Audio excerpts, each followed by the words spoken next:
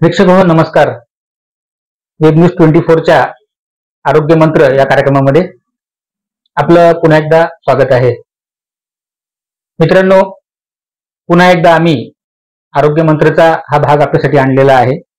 आपल्याला माहिती आहे की आरोग्य मंत्र या कार्यक्रमाच्या माध्यमातून आम्ही सातत्यानं तज्ज्ञ डॉक्टरांशी संवाद साधत असतो आणि त्यांच्याकडनं आरोग्याविषयी विविध प्रकारची माहिती आपण प्रेक्षकांपर्यंत पोहोचवण्याचा प्रयत्न करत असतो. आज आपण आलेलो आहोत डॉक्टर नितीन जैन यांच्याकडे. नितीन जैन हे कन्सल्टंट डर्मेटोलॉजिस्ट आणि हेअर ट्रान्सप्लांटचे तज्ज्ञ आहेत. MBBS, DVD, DDV, FCPS असं त्यांचं एज्युकेशन आहे. डॉक्टर नितीन जैन सरांनी आतापर्यंत अनेक सेलिब्रिटी, अनेक क्रिकेटर्स, त्याच्यानंतर अनेक राजकीय लोक यांचं हेअर ट्रान्सप्लांट सक्सेस केलेलं आहे. आपल्याला माहितीच आहे की गेल्या काही वर्षामध्ये केस गळती हा एक अत्यंत महत्वाचा आणि गंभीर विषय बनलेला आहे. अगदी तारुण्यामध्ये केस गळती आता व्हायला लागलेली आहे आणि केस गळती झाल्यानंतर जे सौंदर्य आहे मानवी शरीराचं, ते सौंदर्य कुठे ना कुठे त्याला डाग लागतो किंवा ते सौंदर्य कमी होतं. तर ते करण्याचं काम, ते सौंदर्यवर्धन करण्याचं काम डॉक्टर नितीन जैन करत असतात. या कार्याबद्दल नमस्कार प्रेक्षक हो. आजपर्यंत केलेल्या कार्याबद्दल डॉक्टर नितीन जैन सरांना अनेक प्रकारचे पुरस्कार प्राप्त झालेले आहेत. त्यांना आतापर्यंत हेल्थ आयकॉन, धन्वंतरी अवॉर्ड असे त्यांना पुरस्कार मिळालेले आहेत. तसेच काही मीडिया हाऊसेसनं जे सर्वेक्षण केलं, तर त्या सर्वेक्षणामध्ये सुद्धा डॉक्टर नितीन जैन हे अव्वल ठरलेले आहेत. तर अशा डॉक्टर जैन सरांशी आज आपण संवाद साधणार आहोत की ही जी केस गळती समस्या आहे ती का होते, कशी होते आणि मग याच्यावरती उपाय कशा प्रकारे आहेत. डॉक्टर जैन सर, आपलं स्वागत आहे आमच्या नमस्कार सर. वेब न्यूज 24च्या आरोग्य मंत्री या कार्यक्रमामध्ये. डॉक्टर साहेब, मी आता जसं म्हणालो माझ्या प्रस्तावनेमध्ये की खूप गंभीर समस्या अशी बनलेली आहे केस गळती. म्हणजे पूर्वी, आता आपण लहानपणी असताना पाहत होतो की आपले जे कोणी बुजुर्ग असायचे त्यांचे 40, 45, 50 उलटल्यानंतर मग त्यांना टक्कल वगैरे पडायला लागायचं. पण आता हे प्रमाण दिवसेंदिवस इतकं कमी कमी होत चाललेलं आहे की अगदी काही तरुण मुलं जे असतील त्यांची सुद्धा टक्कल पडायला चाललेलं आहे. काही मुलांचं तर म्हणजे लग्नाआधी टक्कल पडले की त्यांना इतके प्रॉब्लेम येतात लग्न जुळवताना किंवा करिअरमध्ये सुद्धा प्रॉब्लेम येतात. तर नेमकी ही केस गळतीची समस्या आहे ही कशामुळे सुरू होते, कुठून सुरू होते आणि याचं पुढे ही प्रक्रिया कशी राहते? नमस्कार प्रेक्षक हो. आरोग्य मंत्र जे आपला प्रोग्राम आहे हा एक फारच चांगला प्रोग्राम आहे आणि प्रत्येक स्तरातल्या लोकांपर्यंत माहिती पोहोचण्यासाठी जे कार्य तुम्ही करतात त्याबद्दल शुभेच्छा. धन्यवाद सर. आणि जसं तुम्ही म्हटले की एक सौंदर्यासाठी केस एक फार महत्वाची बाब आहे. नुसतं सौंदर्यच नाही तर आत्मविश्वासासाठी ही पण केसाची फार गरज आहे. जेणेकरून जर नॉर्मल नॅचरल केस असतील आणि जसं प्रत्येक ऍडव्हर्टाइजमेंट मध्ये किंवा याच्यामध्ये हिरो किंवा जे काही नटी असतात, फक्त काही नटच असतात जे अनुपम खरेसारखे जे असतात, जे पूर्वीपासून त्यांचा टक्कल पडलेला लुक कॅरी फॉरवर्ड करतात. पण बाकी सर्वांचं आपल्याला एक असं एक प्रोजेक्शन असतं की सुंदर काळे घने केस. तर त्यासाठी हे फार महत्वाचं आहे. आजकालच्या तणावग्रस्त जीवनामध्ये आणि स्ट्रेसफुल लाईफ मध्ये प्लस न्यूट्रिशनल कमतरता असल्यामुळे हा प्रादुर्भाव जास्त होतो. जसं तुम्ही म्हटले की लग्नामध्ये अडथळे येतात. एक मेजर म्हणजे एक मोठा संख्येचा हेअर ट्रान्सप्लांटचा आमचा वर्ग आहे जो की बिफोर मॅरेज आहे. भरपूर मुली ज्यांचं समजा त्यांनी स्वतः लग्न ठरवलेलं आहे किंवा त्यांच्या संमतीनुसार त्यांचं लव्ह मॅरेज किंवा now they are going to arrange marriage, they also want their partner, म्हणजे त्यांच्या स्वतःच्या पार्टनरला हेअर ट्रान्सप्लांट करून घेण्यासाठी ते येतात. म्हणजे जे रिप्रेझेंटेबल व्हाव पार्टनर आणि त्यानंतर ते त्यांच्या आई वडिलांना त्यांना प्रेझेंट करता यावं त्यासाठी भरपूर जण असतात. याच्यामध्ये हा एक सगळ्यात महत्वाचा आहे अँड्रोजेनेटिक ॲलोपेशिया म्हणजे मेल पॅटर्न बाल्डनेस. म्हणजे हा अँड्रो म्हणजे हार्मोन आणि जेनेटिक म्हणजे कुठेतरी डीएनए मध्ये कोडिंग झालेलं अनुवंशिक पद्धतीनं. ओके. हा अनुवंशिकता फक्त वडिलांकडूनच येत नाही, अच्छा, तर ते आईचे कडून पण येतात. म्हणजे जर आपले मामा आजोबा जर बाल्ड असतील तर वयाच्या जरा लवकरच्या स्टेजमध्ये, म्हणजे जवळपास 20, 22, 25च्या एज मध्ये केस गळती आणि टक्कल पडण्याचा हा प्रकार होऊ शकतो. एक असतो टिलोजेनिफ्लियम, म्हणजे तात्पुरत्या स्वरूपात ह्यूज प्रमाणात जातात. म्हणजे जसे डेंग्यू नंतर, टायफॉइड नंतर, करोना नंतर, हिपॅटायटिस, किमोथेरपी किंवा मग प्रेग्नन्सी नंतर, मोठ्या आजारानंतर, मोठ्या आजारानंतर बॉडीचं डिस्ट्रक्शन होतं, बॉडीची झीज होते आणि भरताना काही टॉक्सिक सबस्टन्सेस निघतात, काही टॉक्सिक पदार्थ निघतात. ते कुठं जातील तर हात, पाय, केस, नख याच्यावर जातात. कारण हृदय, हार्ट, डोळे, केस, फुफ्फुस चांगले राहावं यासाठी. जर त्या टॉक्सिक सबस्टन्सेस म्हणजे त्या पदार्थांचं लेवल जास्त असेल तर काही जणांना करोना नंतर डोळ्याची दृष्टी कमी झालेली आहे, किंवा पॅन्क्रियाचा मार लागला तर डायबिटीज झालेला आहे, किंवा ऐकणं कमी झालंय, किंवा श्वास घ्यायला त्रास झालेला आहे. पण सहसा 80 ते 90% लोकांमध्ये हा जो टॉक्सिक पदार्थांचं लेवल आहे ते केसांवर जातं आणि त्यांना केस गळतीचा स्वरूप दिसतं आणि एकदमच खूप जास्त, म्हणजे मागच्या 15 दिवसातच केस गळायला लागलेत, बुचकेच्या बुचके गळायला लागलेत. आणि मला स्वप्न पडायला लागलं की आणखी जर असंच चालेल तर 10 ते 15 दिवसामध्ये किंवा 10 ते 15 वर्षमध्ये पूर्ण टक्कल पडेल. हे असं असतं टिलोजेनिफ्लियम मध्ये. तर हे 2 प्रकारचे मेन केस गळण्याचे प्रकार आहेत. टिलोजेनिफ्लियमला विटॅमिन्स आणि काही न्यूट्रिशनल सप्लिमेंट आणि काही थेरपीज असतात, पीआरपी, मेझोथेरपी वगैरे, त्यांनी खूप चांगला रिझल्ट येतो. वेअरॅज अँड्रोजेनेटिक अलोपेशिया म्हणजे जे मेल पॅटर्न किंवा फिमेल पॅटर्न बालनेस असतो, त्याला आपल्याला थोडं लॉंग टर्म ट्रीटमेंट करावं लागते. काही गोळ्या असतात, काही सोल्युशन्स असतात, लोशन्स असतात, पण ते युजली किंवा सहसा ते लाईफ लॉंग किंवा एक लॉंग पिरियड ऑफ टाइम म्हणजे 3-5 वर्ष चालू ठेवावं लागू शकतात. आणि जिथे पूर्णपणे स्किन गेलेली दिसते आणि जिथे पूर्ण केसच गेलेत, एक असतो विरळ होणे आणि एक असतं पूर्ण केस गेले. केस जिथं गेलेत, पूर्ण जिथं स्किन दिसते तिथं बियाच नाही. आपण किती खात टाका किंवा काही पाणी द्या, तिथे आपल्याला झाड उगणार नाही. तर मग तिथे आपल्याला केशरोपण किंवा ज्याला आपण हेअर ट्रान्सप्लांट म्हणतो ते करावं लागतं. जिथे 2 वेगळे स्टेज आहे, समजा एक औषध गोळ्यांनी पण होणारे आहेत, त्याचे म्हणजे कारणानुसार ते ठरतं. समजा त्यासाठी डिटेल इव्हॅल्युएशन लागतं. एकदा आम्ही पेशंट पाहिला की आम्हाला सहसा कळायला लागतो की ह्याचा जो हेअर फॉल किंवा केस गळण्याचा प्रकार आहे किंवा टक्कल पडण्याचा प्रकार आहे, हा टिलोजेनिफ्लियम आहे का अँड्रोजेनेटिक अलोपेशिया आहे.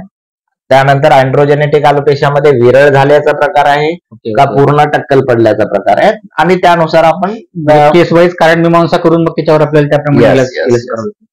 डॉक्टर साहेब, मला अजून जाणून घ्यायचं आपल्याकडून की आज म्हणजे जशी ही समस्या आज वाढलेली आहे, तसं मार्केटला आज बरेचसे डर्मेटॉलॉजिस्ट किंवा हेअर ट्रान्सप्लांट हे होत आहेत. काही काही अत्यंत खर्चिक पण असतात त्याच्यामध्ये आणि भरपूर प्रमाणात.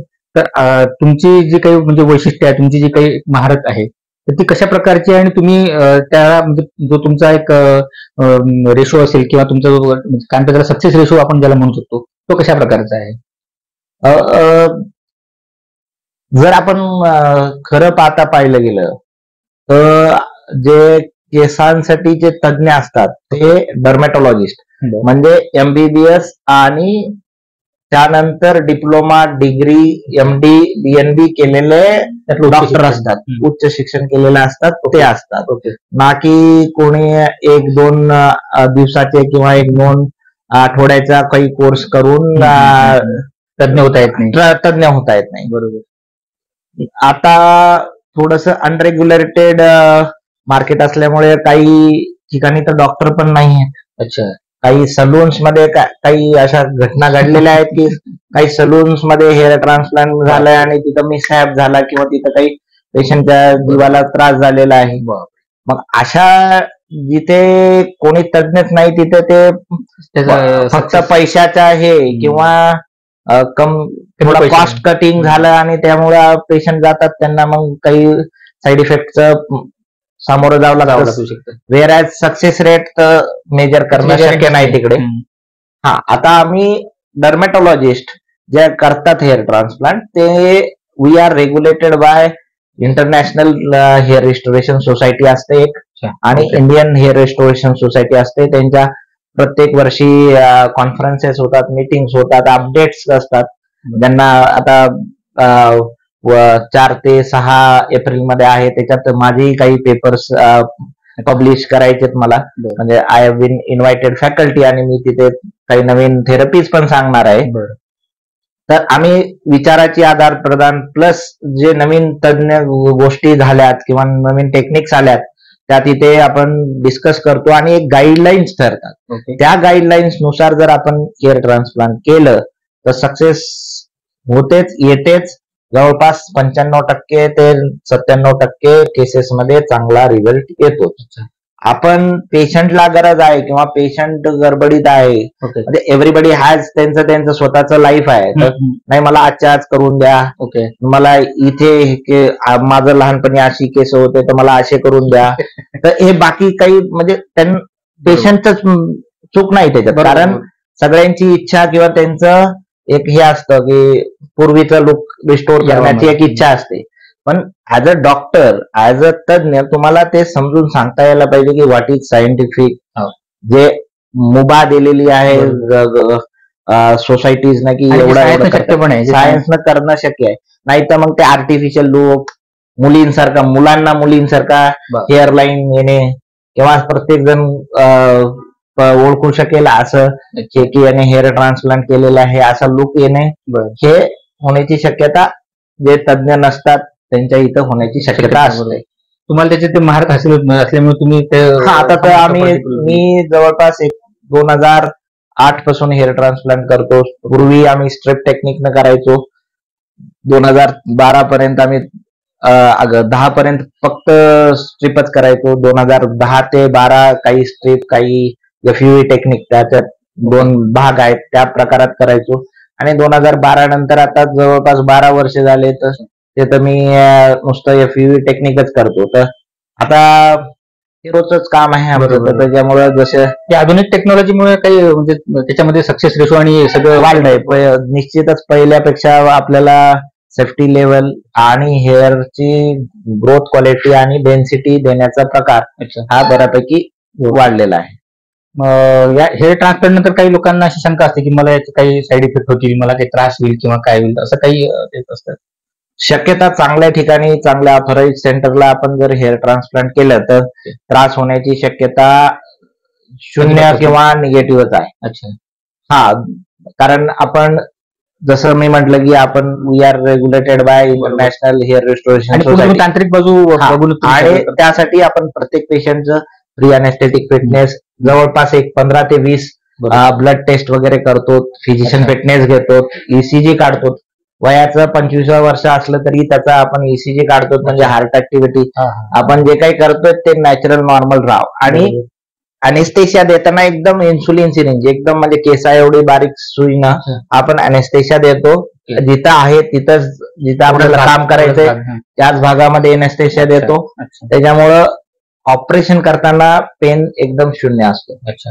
नाही, बरोबर. तुम्हाला त्यातले सगळे तांत्रिक अगदी बारकाव्यात माहिती असल्यामुळे सक्सेस रेशो पण जास्त आहे आणि म्हणजे त्रास पण होत नाही कुठल्याच पेशंटला. याच्यामध्ये अजून एक महत्वाचा मुद्दा असतो डॉक्टर साहेब की एकदा हेअर ट्रान्सप्लांट झाल्यानंतर मग त्याला काळजी कशा प्रकारे घ्यावी लागते. म्हणजे आता आंघोळ करताना म्हणा किंवा बाकीच्या गोष्टी करताना की काय त्याला केलं, उन्हात जायचं की नाही किंवा असं म्हणजे बऱ्याच गोष्टी त्यात असतात. तर काय त्याच्या प्रिकॉशन्स कशा घेतल्या पाहिजे. तुम्ही हा प्रश्न फार चांगला विचारलेला आहे. कारण प्रत्येकाचं एक हे असतं की मला ऑपरेशन करायचं, त्याच्यानंतर काय. एक तर हे लक्झरी ऑपरेशन आहे की इमर्जन्सी नाही, माझा पोट दुखला, अपेंडिक्स झाला आणि मी रात्री 4 वाजता गेलो आणि मला ऑपरेशन करावं लागलं, ही एक गोष्ट इमर्जन्सी झाली. हे इलाइट किंवा लक्झरी आहे. आपल्याला गरजेनुसार किंवा आपल्याला एनहान्स लुक पाहिजे, चांगला लुक पाहिजे, याच्यासाठी आपण तर एक तर चुजिंग द डॉक्टर एक तुम्ही हे केलं, आपण रूल आउट केलं. आता त्यानंतर पोस्ट ऑपरेटिव्ह म्हणजे ऑपरेशन झाल्यानंतर तुम्हाला पेन व्हायलाच नाही पाहिजे. बरोबर. दॅट इज कारण आपण अनेस्थेशिया चांगला दिलेला आहे आणि पेनकिलर चांगले दिलेले आहेत. सूज येण्याची थोडीशी शक्यता असते कारण आपण जे अनेस्थेशिया दिलाय किंवा आपण एवढे छोटे छोटे होल्स केले करून केस पेरलेत, त्याचा सूज येण्याची शक्यता असते. 2-3 दिवस आले तर येऊ शकते. सहसा 2 दिवस ड्रेसिंग राहते पूर्ण, तेव्हा तुम्ही सर्जिकल कॅप किंवा बँडाना आपला जे काय आपण घालू शकतो. आणि जवळपास एक 3 दिवसानंतर 4 दिवसानंतर तुम्ही केस धुवायला आंघोळ करायला चालू करू शकता. फक्त घासायचं नसतं, जसं आपण ताकद लावून एक शॅम्पूचा फेस करायचा, टाकायचा आणि भरपूर पाणी आपण टाकायचं. एक 10 ते 12 दिवसानंतर आपण त्या खपल्या ज्या असतात छोट्या छोट्या एक एक केस पेरल्याचा, त्या पण आपण निघून जातात. मग आपल्याला जसं आपण शेव लुक किंवा आपण बालाजी येऊन आल्यानंतर 10व्या-12व्या दिवशी जसा लुक येतो तसा नॉर्मल लुक येतो. आणि जवळपास ते केस 1 महिन्यानंतर पडून जातात आणि 6-8 महिन्यानंतर केस उगवायला लागतात आणि 1 महिन्यानंतर पूर्ण ग्रोथ होते. त्यानंतर ते नॅचरल केसासारखे असतील, व्हाईट असतील, पेरल्या गेल्या व्हाईट केस इकडे असतील तर इकडे व्हाईटच येणार. त्यांना तुम्ही कलर करू शकता. दर महिन्याला कटिंग करावं लागेल. त्यांच्यामध्ये जसं तुमचा पाण्याचा TDS लेवल वगैरे आहे त्यानुसार डॅन्ड्रफ होईल, नॅचरल होत राहील. आता याच्यामध्ये काही काळजी घ्यावी लागते, जसं स्मोकिंग सगळ्यात मेन प्रॉब्लेम आहे आजकालच्या जनरेशनचा. स्मोकिंग बंद, टोटल बंद स्मोकिंग. एका सिगरेट सोबत 3 केस गळतात असं एक सायंटिफिक रिसर्च आहे. Alcohol there is no ban. सुरुवातीच्या 2 ते 3 महिने आम्ही फक्त काही कारणास्तव अल्कोहोल बॅन ठेवायला सांगतो. काही व्हिटॅमिनच्या गोळ्या सप्लिमेंट आपण देतो ते, आणि काही प्रोसिजर्स असतात जसं ग्रोथ फॅक्टर्स रिलीज व्हावे याच्यासाठी PRP, मिझोथेरपी, GFC थेरपी किंवा असे, तर आपण त्या करू शकतो. बाकी सहसा असं आपल्याला खूप जास्त काळजी घ्यावी लागत नाही. फक्त पथ्य काही पाळायची गरज नाही. फक्त आपण जे ट्रान्सप्लांट केलंय तिथं सुरुवातीच्या 15 ते 20 दिवसामध्ये काही मार लागू नये एवढं पाहिजे. बरोबर. म्हणजे आपण बूट बांधायला गेलो, उठताना डोकं लागलं, बाथरूम मध्ये गेलो नळ लागला, बरोबर, किंवा कारमध्ये बसताना किंवा कारमधून बाहेर निघताना बँग नाही केलं, बरोबर, किंवा तुम्ही हेअर ट्रान्सप्लांट केले आणि फुटबॉल खेळायला गेले, पडले, हेड बॉल मारायला लागले, हेडबॉल, तर तसं नाही करायचं. बाकी तुम्ही सेम डे ऍडमिट व्हायची गरज नाही. सगळ्यात चांगली गोष्ट ऑन द सेम डे तुम्ही घरी जाणार. ओके, तुम्ही दुसऱ्या दिवशी मॉलला मूवीला जाऊ शकता. तुम्ही work from home same day ला पण करू शकता. तर काही प्रॉब्लेम येत नाही सहसा. नाही डॉक्टर साहेब, तुम्ही अतिशय छान माहिती दिलेली आहे आमच्या प्रेक्षकांसाठी आणि खूप चांगल्या गोष्टी तुम्ही सांगितल्या की हेअर ट्रान्सप्लांट म्हणजे ही तेलगळची समस्या कशामुळे येते, त्याच्यानंतर हेअर ट्रान्सप्लांट कसं करायचं, कोणाकडून करायचं, म्हणजे काय गोष्टी त्यामध्ये बघितल्या पाहिजे, त्याचे परिणाम काय वगैरे याबद्दल आपण सविस्तर सांगितलेलं आहे आणि अतिशय चांगली माहिती आम्हाला त्या माध्यमातून मिळाली. तर हे होते डॉक्टर नितीन जैन यांनी आपल्याला आतापर्यंत हेअर ट्रान्सप्लांट संदर्भातली अतिशय छान माहिती इथे दिलेली आहे. डॉक्टर साहेब, आपलं खरंच मनापासून धन्यवाद. आपण अतिशय छान माहिती इथे आम्हाला दिलेली आहे आणि मी स्वतः आवाहन करेल ज्यांना कोणाला हेअर ट्रान्सप्लांट करायचं आहे त्यांनी कुठेही म्हणजे चुकीच्या ठिकाणी न जाता अशा डॉक्टर नितीन जैन यांच्यासारख्या तज्ञ डॉक्टरांकडेच त्यांनी यावं. आम्ही इथे आमच्या व्हिडिओमध्ये डॉक्टर नितीन जैन यांचा फोन नंबर आणि त्यांच्या हॉस्पिटलचा पत्ता वगैरे आम्ही या ठिकाणी दिलेला आहे. जे कोणी हे व्हिडिओ बघत असतील आणि त्यांना कोणाला हेअर ट्रान्सप्लांट करायचं असेल तर ते त्या ठिकाणी संपर्क करून डॉक्टर नितीन जैन यांच्याशी संपर्क करू शकतात. डॉक्टर साहेब, आपले मनापासून धन्यवाद. धन्यवाद.